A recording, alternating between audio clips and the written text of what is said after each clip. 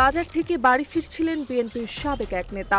বাড়ির সামনে পৌঁছাতেই ধারালো অস্ত্র নিয়ে হামলা চালায় দুর্বৃত্তরা।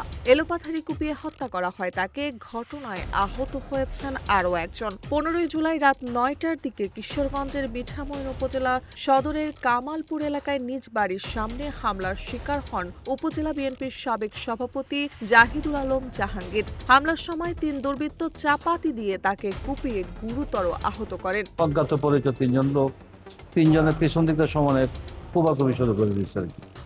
তাদের কুবায়া মানে মৃত মনে করে যাওয়ার পথে ওই যে ড্রাইভার ছিল, ড্রাইভার একটা ছেলের মানে দাবড়ায় দৌড়ছিল, ওই ছেলেটা ধরা পড়ছে, বাকি 2 জন মানে গেছে।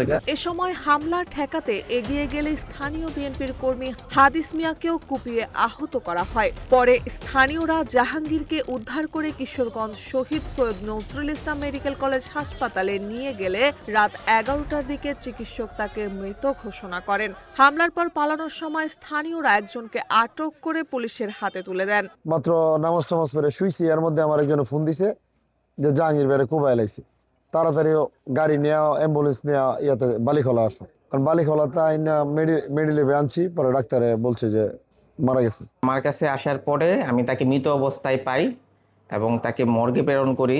এবং জখমি হাদিস মিয়া, বয়স 38 বছর, পিতা মোহাম্মদ আলী, তাকেও গুরুতর অবস্থায় পাই এবং তাকে হাসপাতালে ভর্তি দেওয়া হয়েছে। মিঠামইন থানার বাইরের থেকে সন্ত্রাসীরা এসেছে। আমরা ইতিমধ্যে 3 জনের ট্রেস পেয়েছি, যে 3 জন ঘটনাটা ঘটিয়েছে। 3 জনের মধ্যে একজনকে অ্যারেস্ট করতে সক্ষম হয়েছে, সে এখন আমাদের থানা হাজতেই আছেন।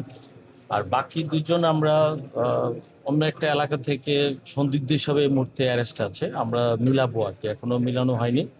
তো হলে আমরা বলতে পারবো যে এই 3 জনেই জড়িত, বাট প্রকৃত একজনকে আমরা সাথে সাথেই অ্যারেস্ট করেছি এবং তাকে আমাদের হেফাজতে নিয়েছি।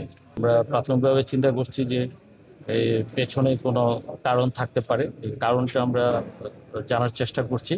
বাট কারণ আছে এটা সত্য, নাহলে তো ঢাকা থেকে হায়ার করে আনা হতো না এদেরকে। কিশোরগঞ্জের পুলিশ সুপার মোহাম্মদ মিজানুর রহমান জানান, হামলায় অংশ নেওয়া 3 জনই ঢাকা থেকে মিঠামইনে এসেছিলেন বলে প্রাথমিক তথ্য পাওয়া গেছে।